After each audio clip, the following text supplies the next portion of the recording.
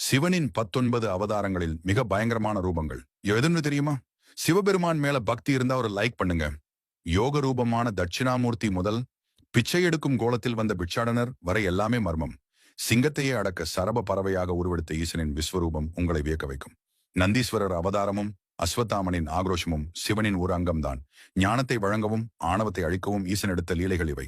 இன்னும் பல ரகசிய அவதாரங்களை பற்றி தெரிந்து கொள்ள மகாகால அவதாரம் காலத்தை ஆள்பவர், தாரகை அவதாரம் பக்தர்களை காப்பவர், புவனேச அவதாரம் உலகை காப்பவர், பைரவ அவதாரம் தீய சக்திகளை அழிப்பவர், மிகவும் ஆக்ரோஷமானவர், கபாலீஸ்வரர் அவதாரம் கபாலம் ஏந்தியவர், துர்வாசர் அவதாரம் கோபத்திற்கு பெயர் பெற்ற முனிவர், அனுமன் அவதாரம் சிவனின் 11வது உருவம் ருத்ர அவதாரம், விருஷப அவதாரம் நந்தி தேவர் அல்லது காளை உருவம், பிப்பலாத அவதாரம் சனி பகவானின் தாக்கத்தை குறைப்பவர், வைத்தியநாத அவதாரம் நோய்களை தீர்க்கும் மருத்துவர், யக்ஞேஸ்வர அவதாரம் யாகங்களை காப்பவர், சரப அவதாரம் பாதி பறவை பாதி சிங்கம் நரசிம்மரை சாந்தப்படுத்த எடுத்த உருவம், அஸ்வத்தாமன் அவதாரம் மகாபாரதத்தில் அழியாவரம் பெற்றவன், கிராத அவதாரம் வேடன் உருவம் அர்ஜுனனை சோதிக்க எடுத்தது, தூர்ஜதி அவதாரம் சடாமுடி தரித்தவர், பிரம்மச்சாரி அவதாரம் பார்வதி தேவியின் தாவத்தை சோதிக்க எடுத்த உருவம், சுந்தரேஸ்வரர் அவதாரம் மதுரை மீனாட்சியை மனம் புரிந்தவர், வீரபத்திர அவதாரம் தக்கன் யாகத்தை அழிக்க தோன்றியவர், யதிநாத் அவதாரம் விருந்தோம்பலின் பெருமையை உணர்த்த வந்தவர்.